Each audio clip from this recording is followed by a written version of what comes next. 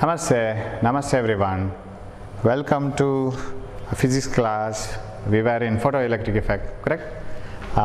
We were discussing about the problems in the photoelectric effect, right? So you'll have to work out many problems. I will stop the problems because I worked out 8 problems. So it's your job to do that. Now, namaste everyone. Hope you are doing well. Now today I will finish that small chapter. In a small part of that is left with, that is a dual nature of matter, that is wave nature of matter, right? Matter wave. Wave nature of matter. Now, you know that when you explained interference, when you explain diffraction, when you explain polarization, all these are properties of light. Light bending by the edges of the obstacle, light superposing on each other, that is called interference. Bending is called diffraction. And light showing the vibrations in a particular plane, polarization. All these properties can be explained by using wave theory of light. That is the only theory which can explain. So, if you want to explain interference, not only interference, but also reflection, refraction, everything can be explained. And diffraction, polarization, all these things can be explained using wave theory of light. Here we take that light is a wave. It is a sort of disturbance traveling from one region to another region, right? So that disturbance carries energy. And when we explain photoelectric effect, right? When you come to photoelectric effect, no theory or no wave theory could explain photoelectric effect. So only the experimental observations were given by Henry Church and his followers, Hallwach and Leonard. And later on, the theory of Max Planck, that is quantum theory, was used by Einstein in explaining photoelectric effect. And so many scientists, right? So the experimental observation, that discovery or invention is from Henry Church and Hallwach Leonard. Whereas the explanation, the theory is of Max Planck. Explanation is from Einstein. So Einstein got the Nobel Prize. So photoelectric effect can be explained by taking the light as a particle or photon. And here Einstein says, as soon as the light falls, electrons come out. And there is no time lag, very small, 10 to the power minus 8 seconds to 10 to the power minus 9 seconds. Very small time lag between the light going in and coming out. Now, if it is the case, Einstein says it is a particle-particle collision. Take photons as particles, electron as another particle, however it is a particle. They collide, exchange energy and electron comes out. So you have to take light as a particle. So then what is light actually? Light sometimes behaves like particle and sometimes it behaves like a wave. Now, another scientist called de Broglie, we pronounce it actually it as de Broglie, some people say, de Broglie or de Broglie. He suggested a new idea that light has wave-particle duality. It can sometimes behave like wave, sometimes like particles. As if some people, some students are very, very calm and quiet in college. But as soon as they go home, they are wild like anything.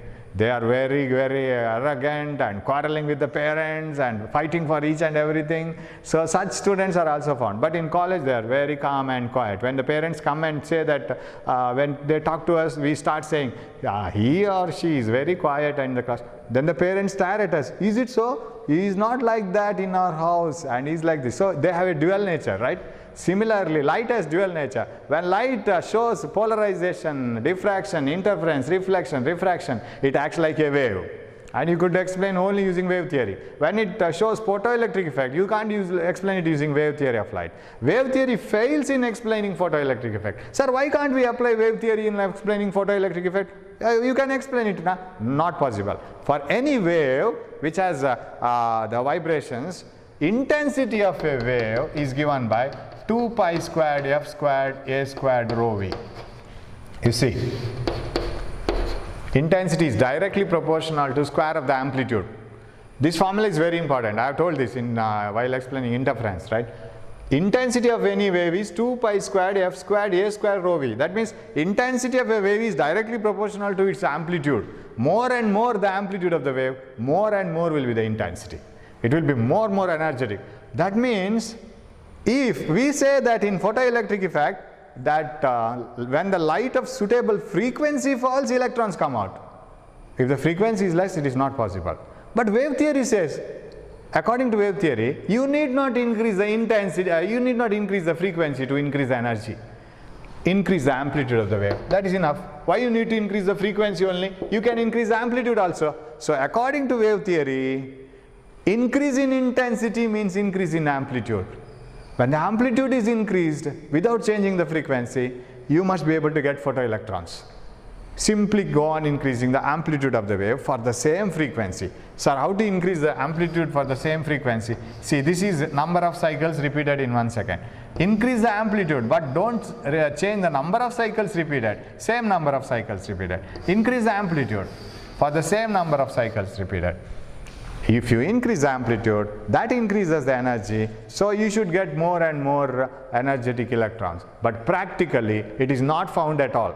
Practically, it is found that when intensity increases, it is not the kinetic energy of the electrons increasing, it is the photoelectric current which is increasing. And Einstein told it is in photon theory, quantum theory, that when intensity is increased, more number of photons are falling, that is why more number of electrons are removed. Beautiful explanation, but you have to follow quantum theory.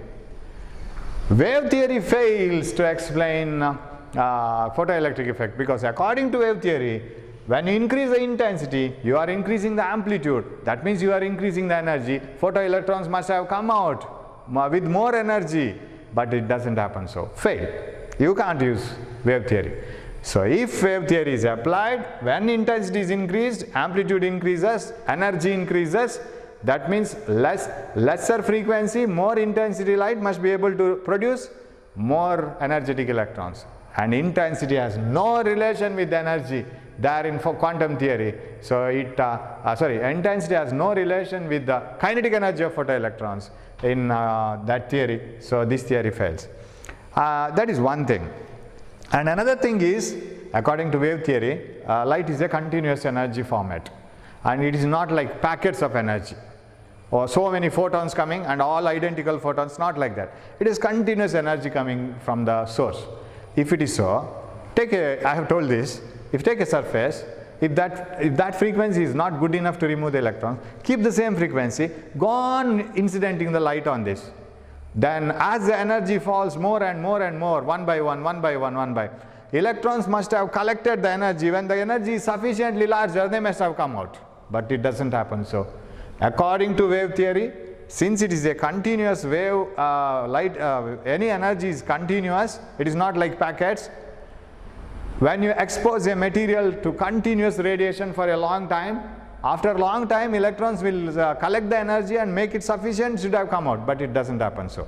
If the frequency is less than threshold frequency, how long you put that energy to the surface, electrons never come out. They do not come out of the material, so wave theory fails again. Of course, this is not a very important question. Why wave theory couldn't explain photoelectric effect, but read it, it's an interesting one. So the two factors fail in explaining, but Einstein's use of quantum theory has given satisfactory explanations on all the observations. Okay, now, so de Broglie suggested that light sometimes acts like a particle and it behaves sometimes like a wave. In a photoelectric effect, it acts like a particle, and in diffraction, interference, polarization, reflection, refraction, it acts like a wave, and it has a dual nature. Dual nature of matter. Dual nature. Right? Now, light, which is a wave, in diffraction, in interference, during reflection. When light reflects, you say that wave is reflecting. And when showing photoelectric effect, you say it's a quantum of photon, it is a packet of energy, quanta of energy, packets of energy, a particle. That means a wave can behave like a particle. Correct? De Broglie's question is, why can't a particle behave like a wave? If light, which is a wave, we usually say that it's a wave, can act like a particle in photoelectric effect. It can go and supply energy to the electron and supply all its packet of energy to the electron, and electron comes out, acting like a particle, colliding and giving out. If wave can behave like a particle, why can't particle behave like a wave? Reverse. That was the question thrown by de Broglie, and he says that every moving particle has an associated wave. For example, if light is a wave and it acts like a particle, you take actual particle, a moving cricket ball, a moving football, a moving car, a running student, it's a particle. Why can't it show wave nature? It's a very interesting one, right? Light, which is a wave, can show particle nature also. A moving particle, why can't it act like a wave? That means a running student should also show diffraction, isn't it? A running group of students should also show interference. So why can't you expect that? But you can't expect it in such a large size. You take electrons. Electrons are the best particles, and electrons, beam of electrons, they also show diffraction. They also show diffraction. So there came, of course that was proved later, so there came the new theory that is called matter wave. That means matter can also behave like wave. It also has a wave nature. Remember, you can't expect a moving ball like light, right? A moving ball showing the nature of light, right? Suppose you are a boy, you can act like a girl in a play, right? You are not a girl, but you can act like that. You can show the behavior of a girl and making some decorations and acting like a girl. That is possible. A girl can act like a boy, right? So that is only acting. Similarly, a moving cricket ball can show the nature shown by the wave, light. And and de Broglie gave a theory on that, and he argued that particles also can show wave nature. So wave nature associated with any moving particle, wave nature associated with any moving particle is called matter wave.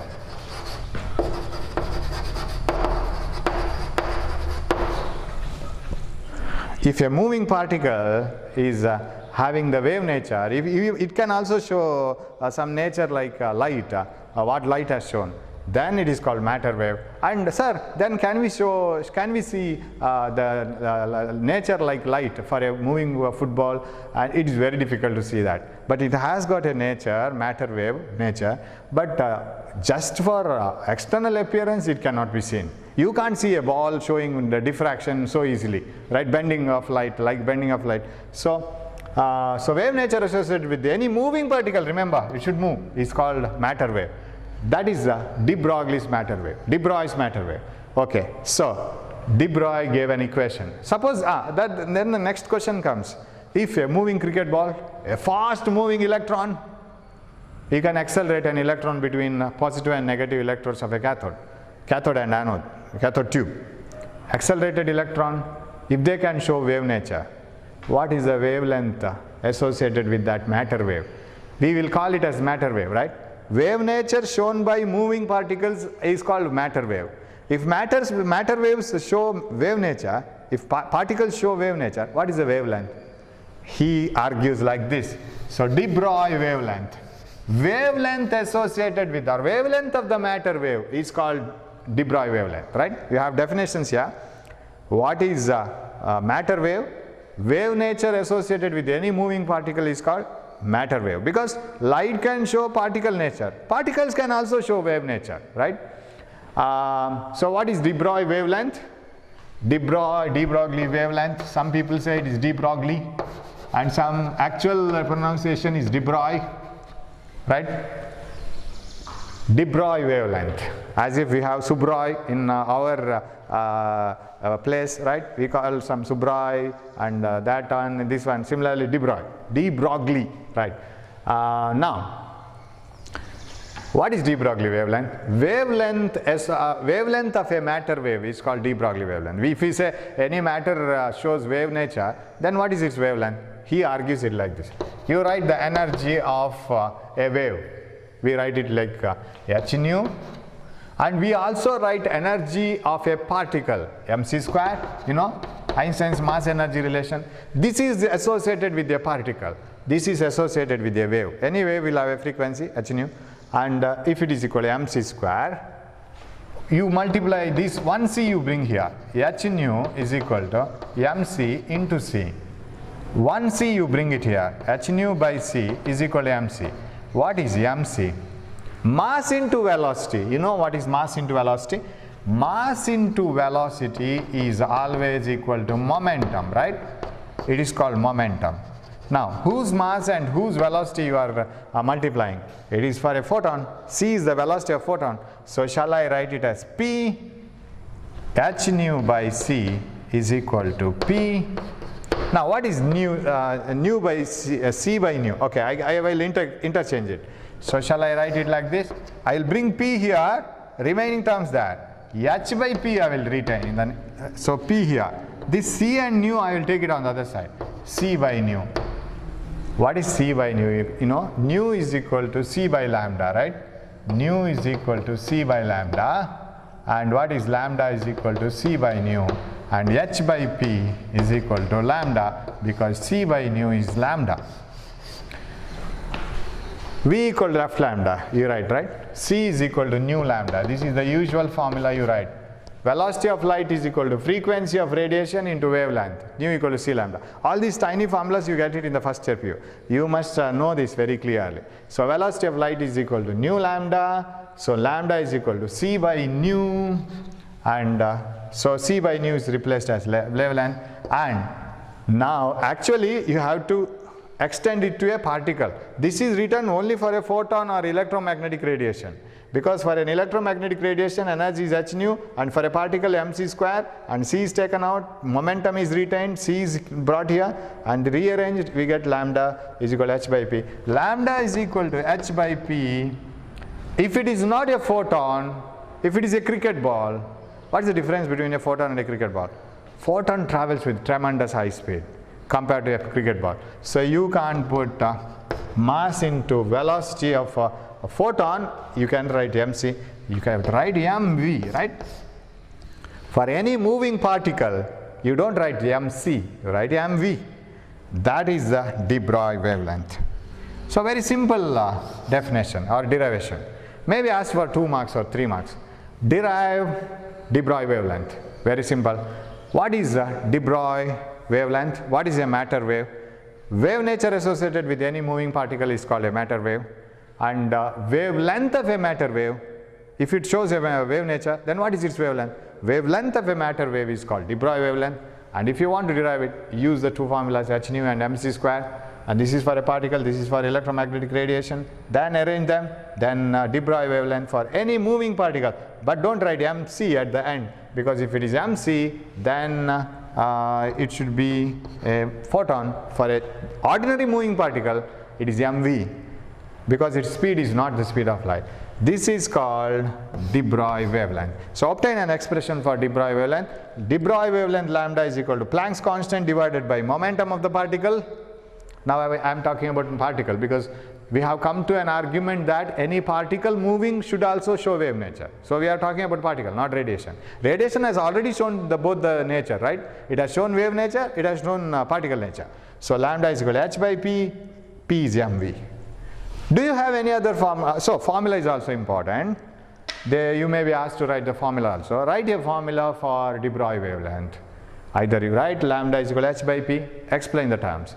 Lambda de Broglie wavelength, h is Planck's constant, p is momentum. Or de Broglie wavelength, lambda is equal to h by mv. H is Planck's constant, m is the mass of the particle, v is the velocity of the particle. Do you have any other formula, sir, for de Broglie wavelength? Yes, we have it.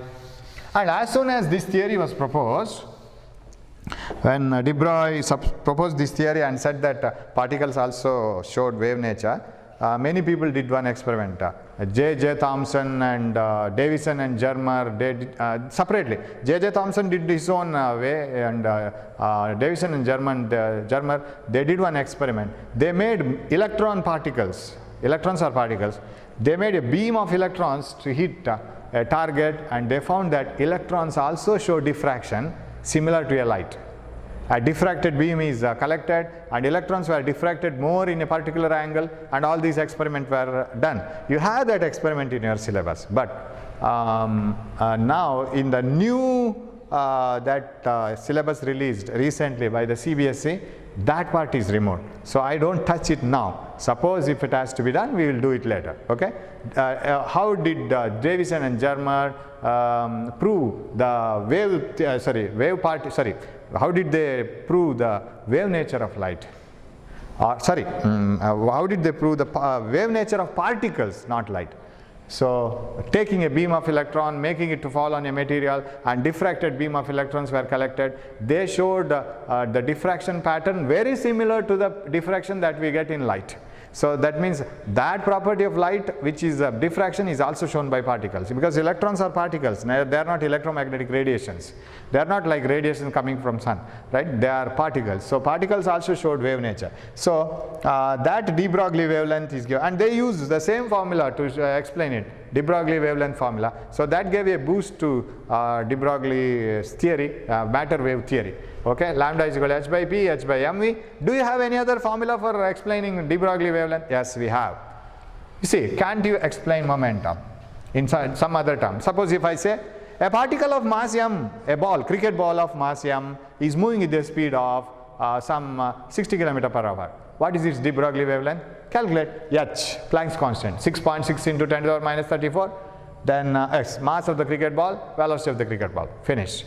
Suppose if kinetic energy of the cricket ball is given, a cricket ball of kinetic energy is moving towards that direction. What is its de Broglie wavelength? Then you will have to bring energy here. It is not mass and velocity given, energy is given. So how to do that? You know that momentum is equal to mass into velocity. Or I will start from energy, kinetic energy. Kinetic energy is half mv squared. If you want to bring momentum here, what can you do here is multiply by m on both sides. Em is equal to half m square v square. Is it so? You have to remember this always. Actually, this is the first year portion. Energy is, kinetic energy is half mv square. Multiply by m on both sides. Em half m square v square. Shall I write it as p square? Em, 2em, bring 2 here. P square, because this one is momentum. What is P? P is equal to square root of 2em. Right? What is de Broglie wavelength then? H by P, h by mv, but momentum is nothing but h by square root of 2em, where E is kinetic energy. Third formula. You have a series of formulas, right? So if kinetic energy of the particle is given, what is the wavelength associated with the de Broglie wavelength or de Broglie wavelength? That is h by square root of 2em. If velocity and mass are given, this one. If momentum is directly given, h by p. Does de Broglie wavelength of a matter, of a particle, depend on kinetic energy? Definitely. It depends on the kinetic energy. Does de Broglie wavelength depend on mass of the particle? Yes. Does de Broglie wavelength depend on momentum? Yes. Does it depend on velocity? Yes. How does de Broglie wavelength vary with the momentum? Inversely proportional to momentum. How does de Broglie wavelength change with energy? Inversely proportional to square root of energy. Very careful. Not inversely proportional to simple energy, square root of energy. So de Broglie wavelength, third formula. Fourth formula. Always, if you want to see the wave nature of any particle, it should move with very high velocity. You can't see the wave nature associated with a car, with a football, with a cricket ball so easily. It is very difficult. Its wavelength is very, very less. You can't notice at all. If you want to see the wave nature associated with the particle, take a very high, fast moving particle. Which particle can be accelerated to such a high velocity? A beam of electrons. How? A beam of charged particles. For example, proton. no, proton is very difficult to, okay, you can use a proton, you can use a alpha particle. So how to accelerate them? I'll rub this part because you have all the formulas. How to accelerate them, how to get them accelerated. Now, any moving particle, any charged particle can be accelerated using a vacuum tube. Here is an anode and cathode, you know this, and give it to a high potential difference like this, a series of high tension battery V. Keep the electron here. This is anode positive, this is cathode. Leave the electron from the cathode. Cathode is given to the negative of the battery, it is negatively charged. Anode is given to the positive of the battery, it is positively charged. Electron is negatively charged. So cathode says simply move away because they repel, because this is connected to negative. Anode says come here, I am ready to receive you. What will happen to the electron? Electron will start moving towards anode. It is accelerated towards the anode. More the potential difference you give, faster will be the motion of the electron. Electron moves faster and faster and faster. By the time it ends here, by the time it reaches the anode, its velocity will be very, very high. And how much is the kinetic energy gained by the electron? Already we have worked out about this when defining 1 electron volt, right? You know that potential difference between the any two ends of the battery is the work done in taking the charge once round the circuit. So if you connect a battery to a bulb like this, how many times I have told this one, right? So many times, right? Repeat, I repeat, because this is a very important part. If you apply a potential difference across any battery, then that battery will force the electrons to move like this. Negative will repel the electrons, positive will attract the electrons. So that's why current is like this. Current is the motion of positive charges, but electrons will move opposite to that. Battery will do the work in moving the charges from one end to the other end. Work done by the battery in sending the charges, total charges, all the electron charge, is potential difference. What is the work done by the battery? Charge into potential difference. And what is this work? That work itself will appear like a kinetic energy here. I will drop a ball. As soon as I drop a ball, Earth will start doing its work. It will start pulling the ball. Of course, it will pull the ball as long as I am holding also. But when I am holding, I don't allow the Earth to pull it. When I leave it, Earth starts pulling it and it starts moving. Earth will do the work in pulling the ball. How does that work done by the Earth appear? It appears like kinetic energy of the ball. By the time Earth reaches the ball reaches the Earth, the ball will have tremendous velocity. That is the kinetic energy. That is the work done. So shall I equate this to the kinetic energy of this one, or simply E, kinetic energy of the charged particle? Now you can see the wave nature associated with this electron. If this electron beam is made to hit the target, you can see diffraction. That is what Davis and Germer and J.P. Thomson proved. Okay, so QV is equal to half mA squared, that is kinetic energy. So shall I replace QV as E? Because I don't replace Q as E, charge of electron. Because I may use not only electron, I may use proton, I may use deuteron, I may use alpha particle, any particle. So I will retain Q as Q only. So shall I replace E as h by square root of 2 instead of E, m I will write, m instead of E I will write QV. So how many formulas you have now? De Broglie wavelength can be calculated as h by P, h by mv, h by square root of 2em. E can be replaced as the kinetic energy gained by any charged accelerating particle, h by square root of 2m QV. So these are the formulas for De Broglie wavelength. A small chapter, as not a chapter, it is the end of the chapter of photoelectric effect, that is dual nature of matter.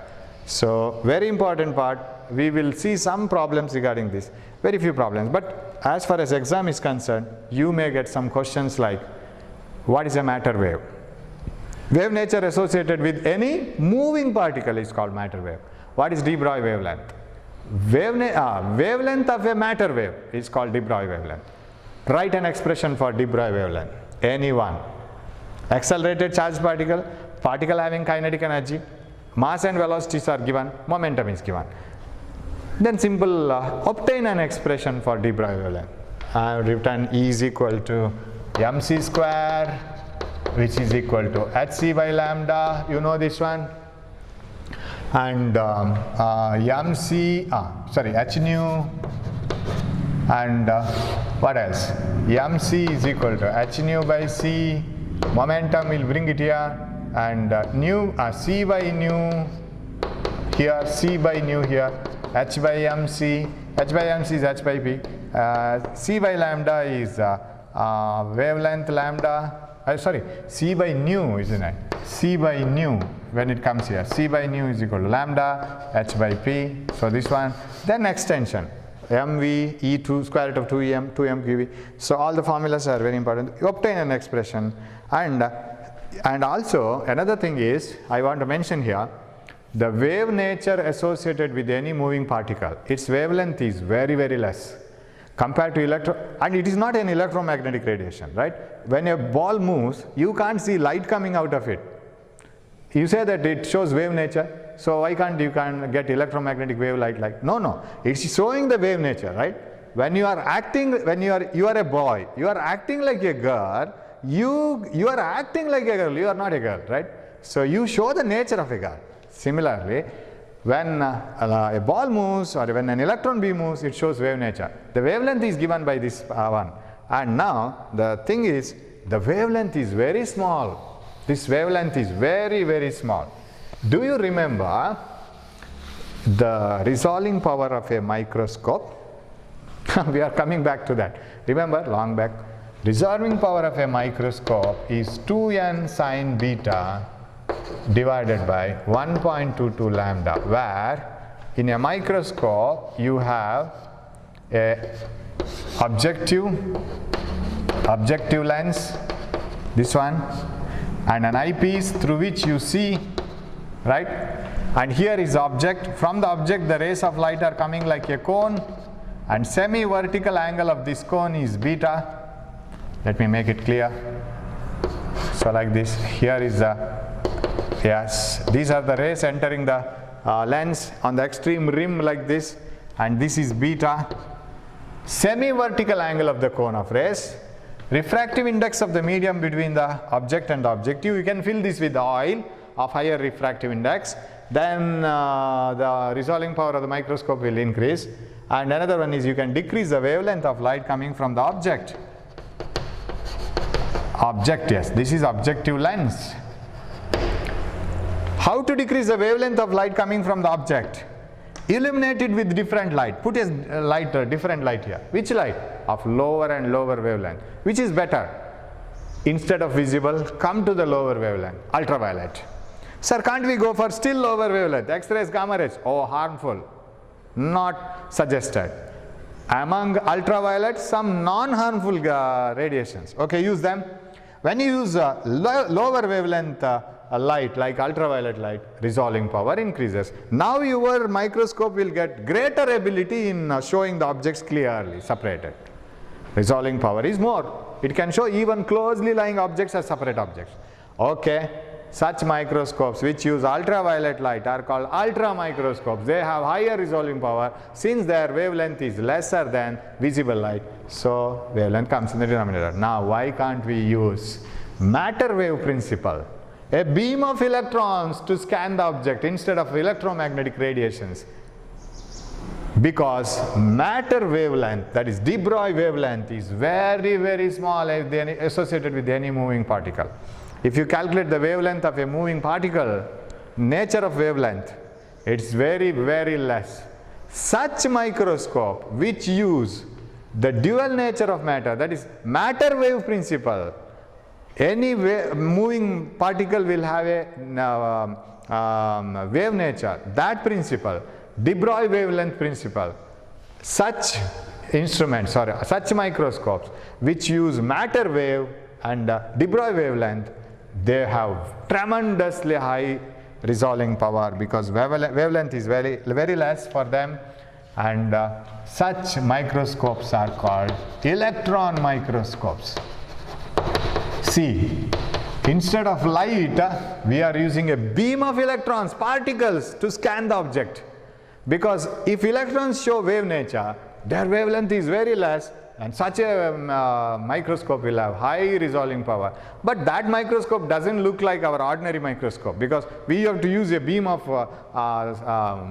electrons to scan the object. After scanning, you shouldn't use a glass lens, because electrons have to pass. You should use a magnetic field to concentrate or focus all these electron beams, and there are so many things involved in this. But electron microscopes are based on the principle that any moving particle shows wave nature, and the wavelength associated with moving particle is called de Broglie wavelength, and de Broglie wavelength is very less. That's why electron microscopes have high resolving power, because lambda comes in the denominator. So that is the case, right? So this is a small part of the theory, and I will come in the next class with the suitable amount of problems. Well, not two problems. You have that problems in your paper. I have not given the theory notes of this. I will give you this, and so 1 or 2 marks question, at the maximum 3 marks, that derivation hc by lambda, explain the formula and such things. But you must know the idea behind this, because this is a landmark invention, and this gave to so many other inventions, right,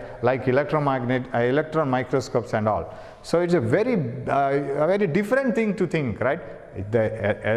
Imagining light itself is a very difficult task, but we see the light in day-to-day life, and understanding light itself is a difficult task, and particles showing the property like light is much more difficult. But if you go deep into that, it is true, and that helps. And finally we have used it for the use of mankind. You see how it is used in electron microscope, such a high resolving power instrument. So everything finally comes to the help of mankind. So study them, at least for the knowledge, and 1 or 2 mark questions, very important, because you have less things to study, and that definitely we can expect 2 marks question or 3 marks question or 1 mark, so you can get the full mark. So hope you will keep it in touch with this. We will meet in the next class. Thanks for watching my class, and take care of your health. Thank you.